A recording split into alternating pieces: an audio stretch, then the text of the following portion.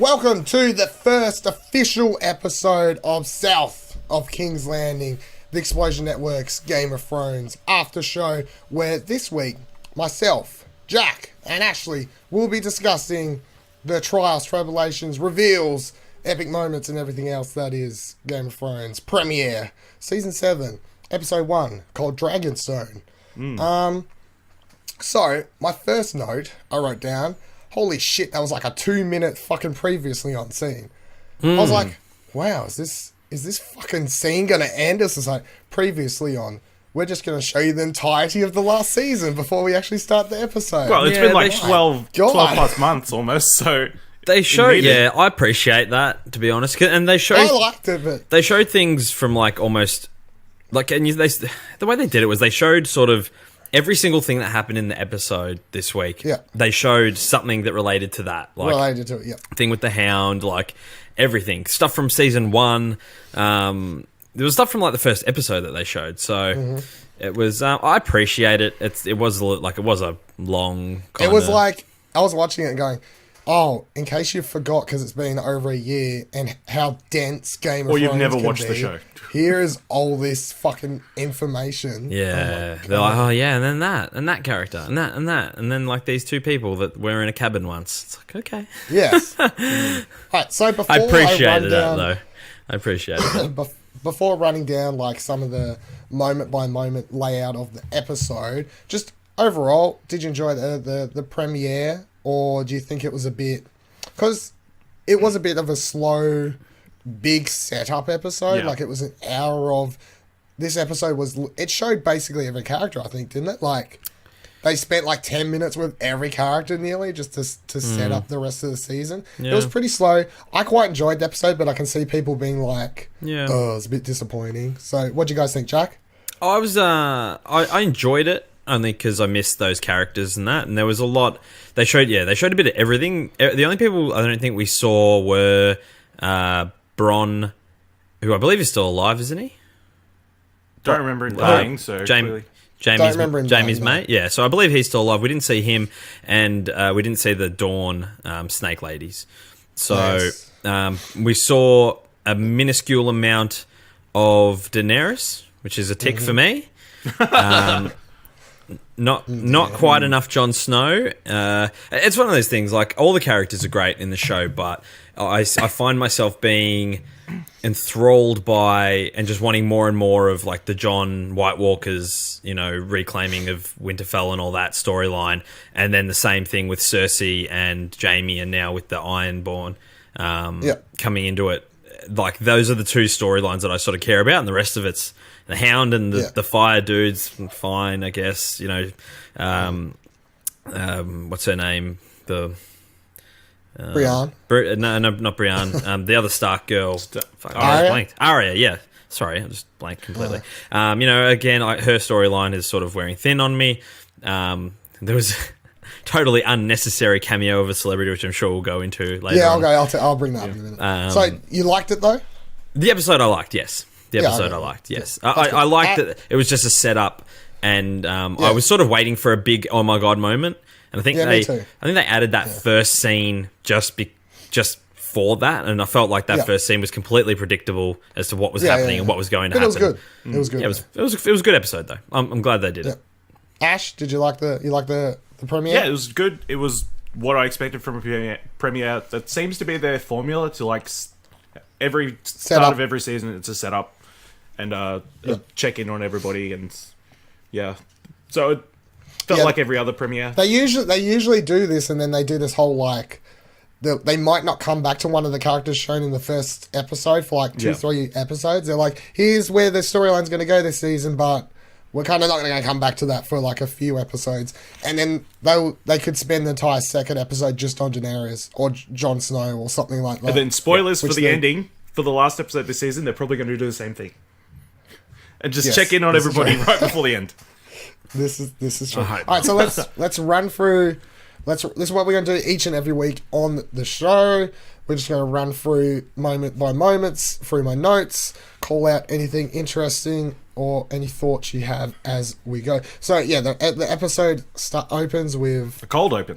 Basically like a a link up from the last season. It's like, because obviously season 6 ended with the cool reveal of Arya, like, cannibalizing the stupid guy from Harry Potter, whatever his name is.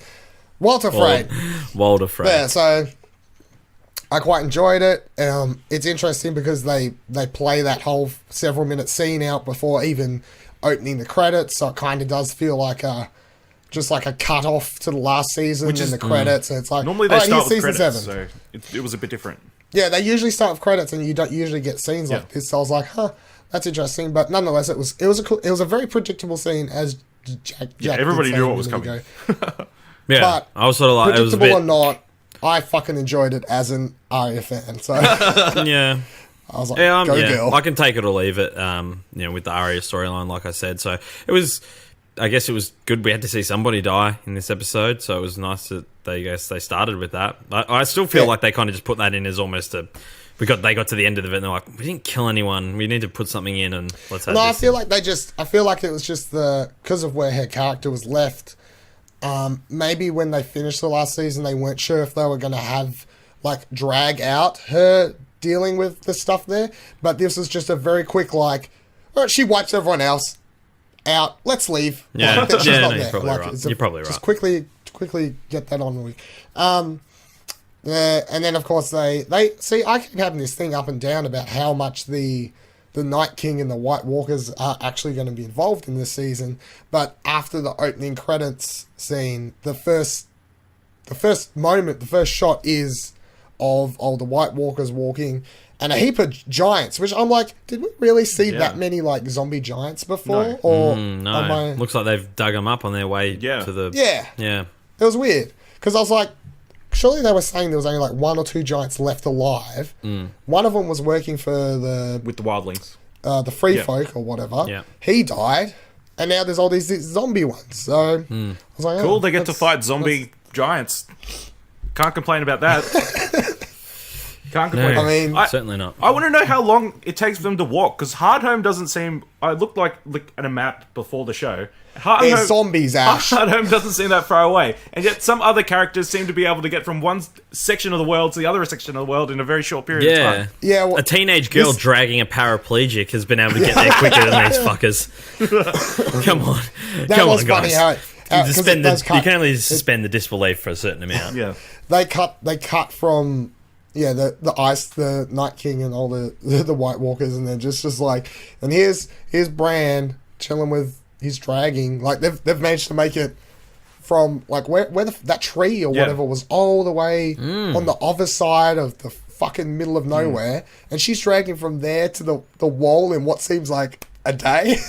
Yeah. Okay. Maybe the White Walkers don't have a sense of direction. They're just walking in circles. Yeah. I'm not sure they haven't got a map. I mean, they're dead, but they don't really need to rest either. Like, I don't understand, like, how it's taking them so long. I was sort of expecting for them to be almost at the wall, and that's going to be... So, yeah, I don't know how it's going to go. Yeah, when they were showing it, I was like, oh, shit, they're just going to get to the wall in the first episode. Yeah. But it was a cool shot, though, the reveal. It was a very cool shot to open. I'm guessing there's something behind it. They're pretty good at generally tying up loose ends in this show and not leaving plot holes. So I imagine it's maybe... they're going and collecting more sort of... So maybe they're not going directly there. They're making their way through. And they're building it up. That makes sense. And sort of, Yeah, that makes sense. My guess. Well, we do find out later in the episode... Well, we don't find out. We see further in the episode when we get to the Hound, his vision is of them crossing the wall where it meets the water. So that's like all the way down... Yeah, so they're heading east. Yeah. East, yeah, so they're not even like close to, like, if that's what's really going to happen, if that was like a legit vision, then they're kind of a ways off crossing it, I suppose. Yep. So we get to Jack's favourite man, Mr. Jonathan Snow. There he is in the kingdom. King of the North. He's King of the North, giving a big rousing speech about we're going to take on the White Walkers, and every man, woman, child, fucking above the age of 10 is going to pick up a spear, and they're going to hunt for, was it dragon glass or whatever the fuck it is that can, because that can hurt White Walkers. And then one of the best characters, I fucking love this girl. Yes. She was one She's of like, the best I don't need things you to from- fight for me. Leanna yeah, she was so good Mormont, last I season. think's her name. Yeah. Yeah, she was so good last Lady season Mama. too. The little girl that plays her though, she's just like every time she says something, it's just like so. She does like the stern so good. I love it. Like she doesn't sound like backing down. She just stands up. She's like, "Fuck you and fuck you and fuck your mother and fuck you." Like, Yeah, she I gives do you what I want. I know I'm a girl, but I'll fucking kick your ass before I let you protect the kingdom by yourself. Like I'm gonna stab. Yeah. She gives no too, fucks. like- She's the She queen gives- yeah, I love Westeros it. deserves. She's yes, well, that sounds interesting. See, and then of course the interesting thing about this scene and the big play out of it is Jon and Sansa's. How's that going to work? Which was Bit one of of the biggest tension. questions. Yeah. A bit of tension is putting it lightly. I think as it was kind of hinted at last season, especially of like the way Littlefinger was looking at her when Jon was like crowned king of the North and all this sort of thing, and they kind of had this shot last season of her being like, "Oh, I'm happy," but you could tell she was like, "I kind of want to be queen." I kind of like want to pull the maybe. strings. Yeah, I kind of want to pull the string. So yeah, but Jon did not look happy at all when she starts just calling out shots from the sideline. It went. Here. I thought that it was going to be like, because she made some good points. You're like, oh, he's Yeah. going to like back down to her, and he was like, no, you shut the fuck up. Yeah, pretty much. I'm the king. We're doing But- what I say. But the big question is like, whose side do you want? I'm very much on Sansa's side. Really? Like, listening to everything that Jon's She's on half about, the reason they're in this fucking trouble. That stupid girl. No. What she says later makes perfect fucking sense. Like in the scene or two after this, I think, or straight after this, is when they're talking in the walkway. It's like, I loved Rob, I loved our dad, but look what happened to them. They made dumb decisions because they tried to stick to like to lineage and like do things traditionally and like be proper and like I don't know about that. that was Ned Stark's biggest problem was that he was so naive by trying to follow like a code oath or something like that, and Rob was very much the same. Like he was too trusting in people, too trying to follow the things. No, well, he got himself killed because he banged the wrong girl. That's his. So if anything, he's the rule breaker of the family. Sorry. He is the oathbreaker. He made an oath and he broke it. I'm listening. I'm like, what happened last time you trusted people too much, Mr. Jon Snow? Oh, you got stabbed 1,000,000 times in the stomach. So maybe listen to your sister this lifetime. I like that he has honor. I like that about him. And Me too, but he I sticks to his just guns. don't. I think he was right in this situation. I don't know if Yeah, he'll play it. I agree. Not every time, but this time he was right. I mean, those two kids, you're going to kick them out of their home? They're so little. They're so Look. tiny. I never said kick them out of their home. They can still live there. Just put someone else in charge of it or something like that. Maybe it's fine. So yeah, I mean, we'll see how that goes. I think that's going to be one of the. It's an interesting dynamic that you weren't expecting coming in. Yeah, that's going to be one of the interesting dynamics for the season going forward. Of course, is like who's actually in charge of the North? Like, is it Rob or Jon? does Sansa like start? Sorry, is it Jon or does Sansa start just pulling on? Rob comes back to life. Oh, my God. And Littlefinger obviously have his little finger in things. Yes, He wants to get his little finger in things. Yeah. Oh my God. Naughty boy. All right, so then we get Cersei, catch up on Cersei. Great. She's character. completely batshit crazy. Completely batshit crazy. Love her. Absolutely lost her mum. If there was like that shot we talked about in our first episode, like the shot at the end of last season where she sits on the throne, it's just like Yeah, it's kind of like she's the Mad King. She's the Mad Queen. yeah. Really? I agree. Yep.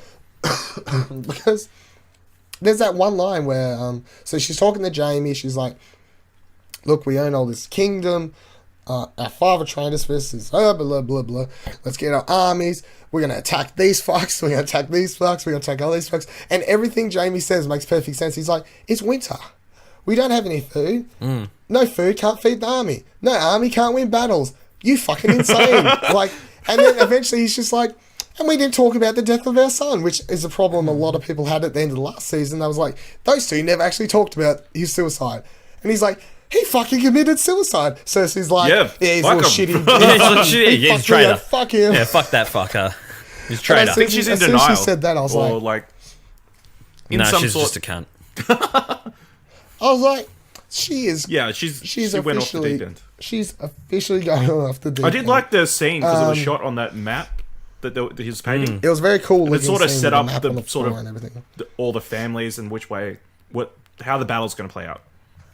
Yeah. Her particular line, where she points out on the map on the ground, like what we're going to see this season, more or less. She's like, got enemies to the north, enemies to the south, enemies to the west, enemies fucking coming at my ass here. Like, it's just like this is what this season's going to be. So yeah, it was a great moment. Nonetheless, Cersei is officially batshit crazy as far as I'm concerned. She's not even she's not tilting. She's off. Yeah, she's off. She's great though. She's like I like it when she's on screen because it's always interesting. Oh, the actress that plays her is fucking fantastic. Lena Headey's great. Lena Headey. Lena Headey's great. But that character itself, I just think she's great. I think she's one of the best things about the show. She just brings so much. She does. And then the next scene is you got this Greyjoy fucker that I was like, you're on Greyjoy. I was like, oh yeah, I kind of forgot about him. He's a thing. I remember when he killed the dude on the bridge. He kind of just rocked up.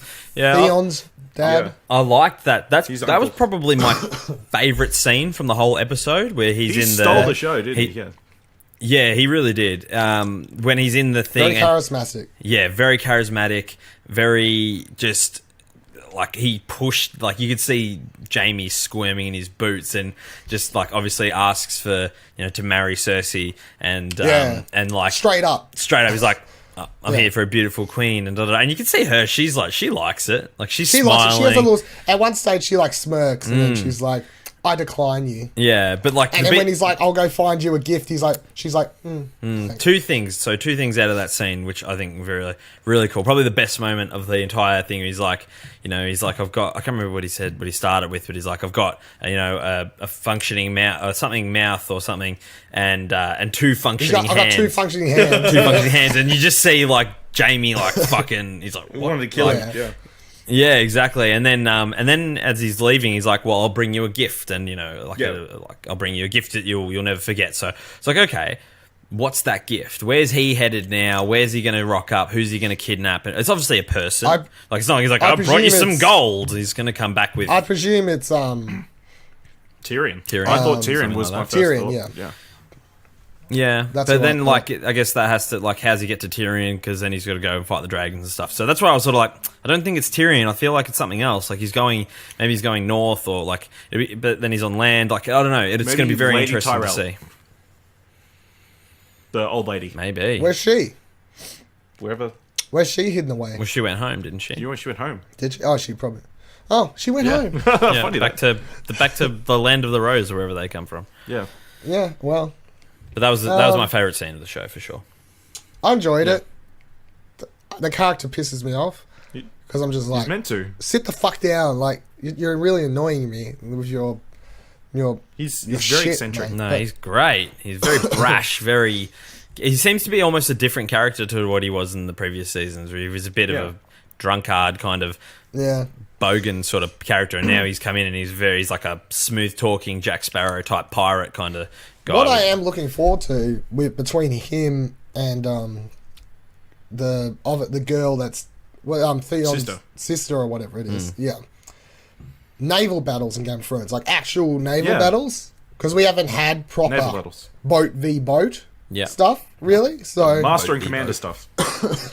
Master and Commander. Yeah, it'll be interesting to see. I mean, the big like the last time they did a sort of big epic water battle, the CGI was a bit off, and then with the last one that they did, the one at the Unsullied, and when the dragon comes back, and sometimes they don't look as great. The Battle of the Bastards was fantastic as far as a big scale battle, but I sort of don't get too excited about like the big grand set pieces for Game of Thrones. What I'm sort of more interested in is those shock moments, the characters, like the monologues and stuff like that. That's sort of what gets me going. So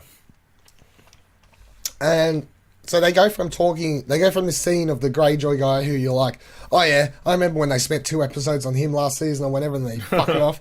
And then they're like, here's Sam again. Yay! Do you remember him in the library? And everyone's Sammy! Sam the janitor. Sammy! oh yeah, what's he up to? And he's up to shit.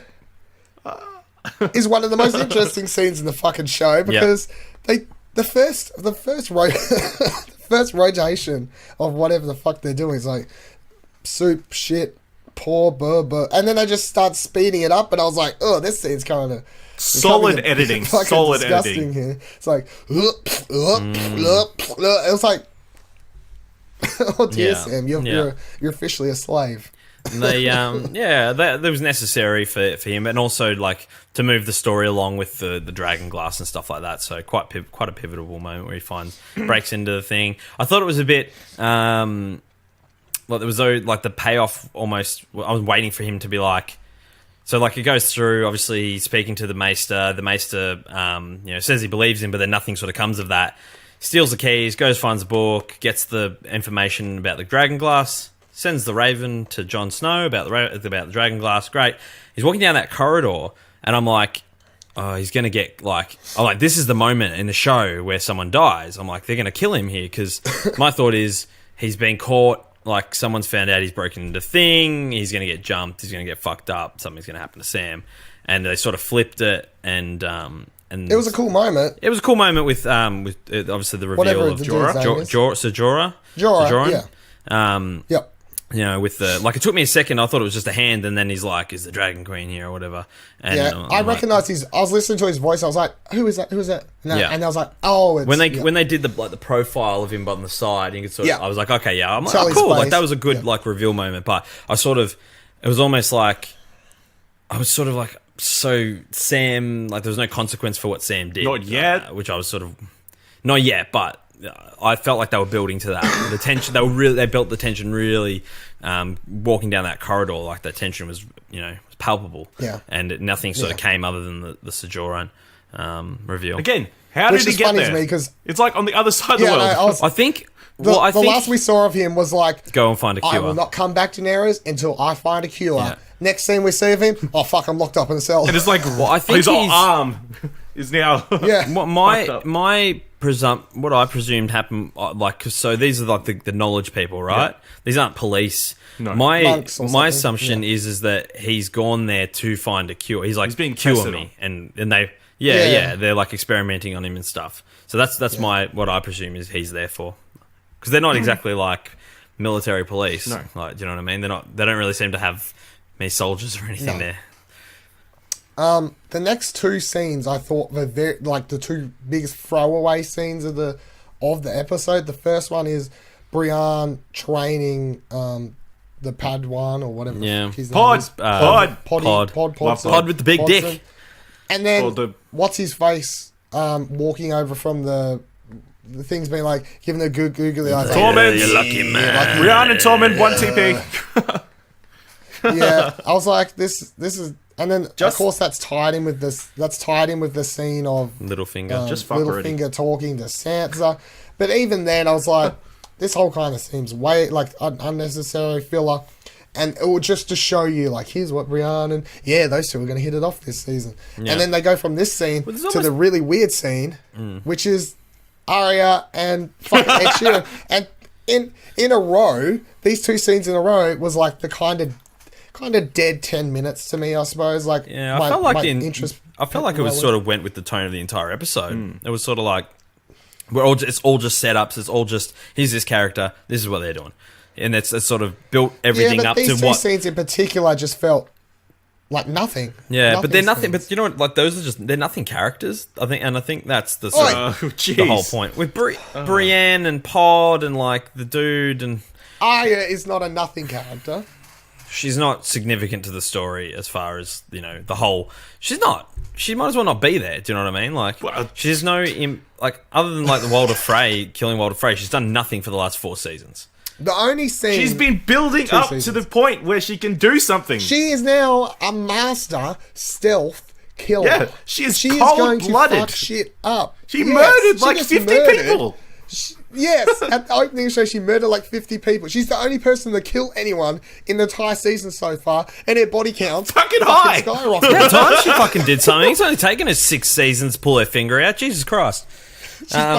She's probably killed more people than fucking Robb Stark or Jon Snow. Oliver Queen was on that island for 5 years. Batman was in training for like 20, I don't know.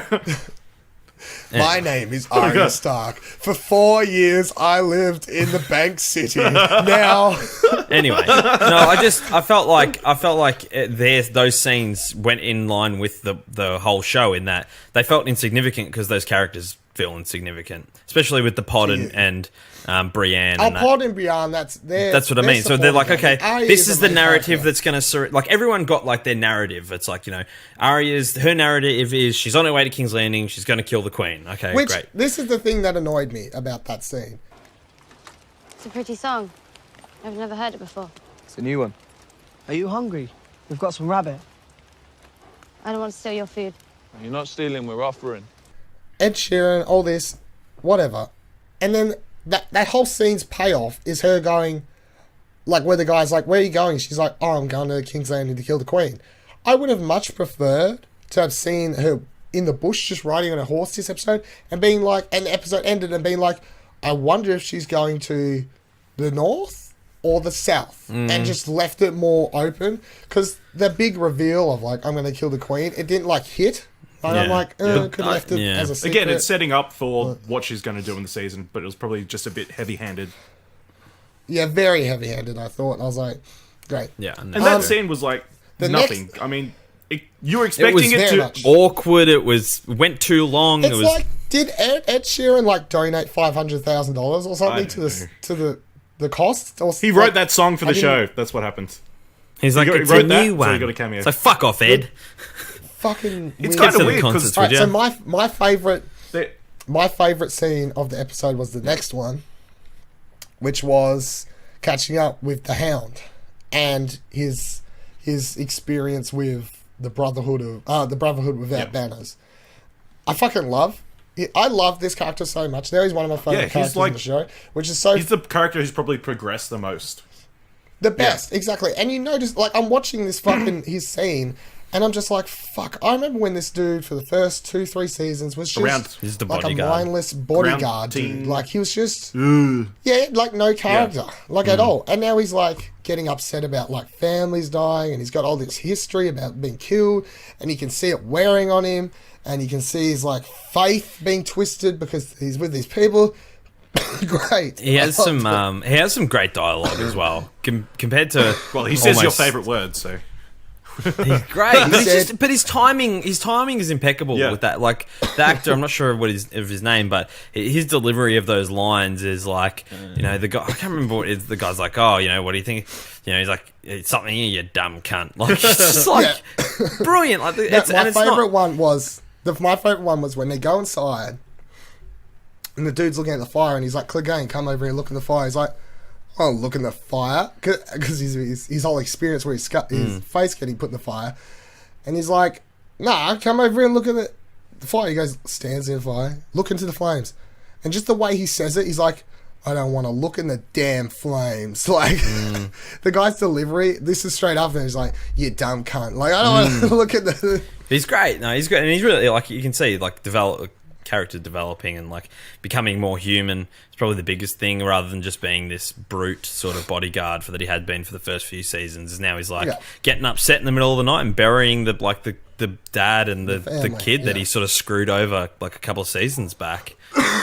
Well, he stole from him, didn't he? That was the whole... Yeah, he broke the dude's leg or whatever and stole his gold. Yeah. Now he has like a conscience, feels bad. That was sad though. That was like you saw like that moment sort of hit me when they go into it and the dad and the kid are like holding each other in the corner. I was like, oof. I don't know. Oof. Great scene, but that's my personal favourite scene of the episode. I think this one I thought was great. Yeah. And then with the next scene after that was the Sam stuff you already talked about. They cut back to him to do the big reveal with old mate Rockhand. And then a scene after that, which they timed very well, is of course because he's like, is the Dragon Queen landed yet? And then they finally cut to everyone's favourite character, that Jax, Daenerys. What's Dany up to? What's she doing? And you know what? Walking. She only got a couple episodes. She only got like a couple minutes in this episode. Thank God. And I really enjoyed the way this line. episode ended. Peter Dinklage said nothing. I know. I thought the way this scene played out was fantastic.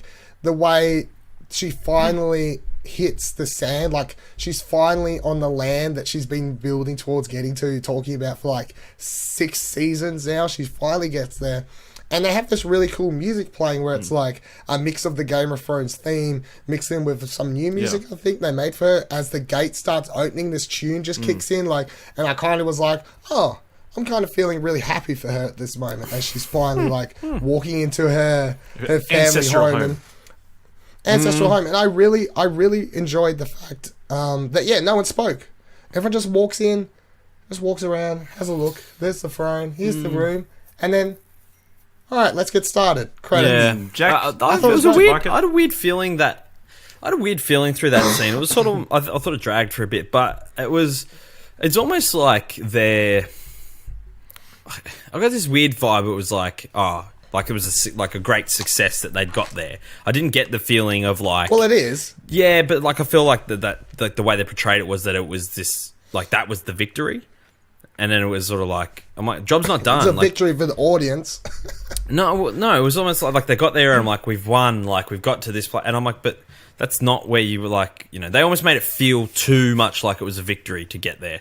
Like it should have been like, it's just because it was an ancestral place. Yeah, I know, but I think they played it wrong. I feel like they should have been like, we're here, and it was a bit more determined. It was almost like she got there and it was this like relief. Oh my god! Like, I know they were trying to play it up as it's her home and all that, and that's where she was born. But like that's the feeling that, like, that's the emotion that I wanted to see from her when she gets to King's Landing. That she's been trying to get there for 7 seasons, and she's finally there. Not like this, you know, place that we only really have been to a couple of times through the show. It's only been brought up now, you know, in this episode, and all of a sudden it's this amazing importance that she's never mentioned it before in any episode. It's only been in 2 or 3 other episodes when Stannis was in the show, and it's sort of brought up now as this important thing. I just felt like it was a bit too much in that they played it up like it was this, like this was the big victory they've been working towards for 7 seasons. It's like, well, no, the job's not only really just started now. And then they sort of like get to the end and she's like, all right, shall we begin? I'm like, that should have been the tone of that entire thing. It should have been a bit more, you know, like we're moving towards it, like, rather than being like in awe and sort of like walking really slowly and this really emotional thing. It should have been a bit more determined.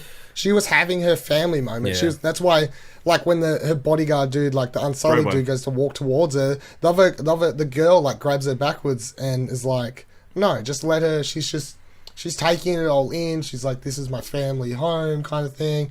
And then, eventually she kind of just has that breather moment where she's like, all right, now let's actually get on with it. Yeah, it felt like the end of a chapter and like the start of a new one for her. Start of a new one. Yeah. Maybe. That's why I really... I just felt like it could have gone a different way, a bit more of a determined sort of thing than it was like... Yeah, it just felt weird. It felt weird for me, but I'm obviously in the minority on that one. Yes, a little bit. All right, let's wrap up with the question I'm going to be asking each and every week. Ash, who do you think's going to end up on the throne? Yep, Danny still? That was your answer last week? Cersei is definitely going to die this season. I mean, she's...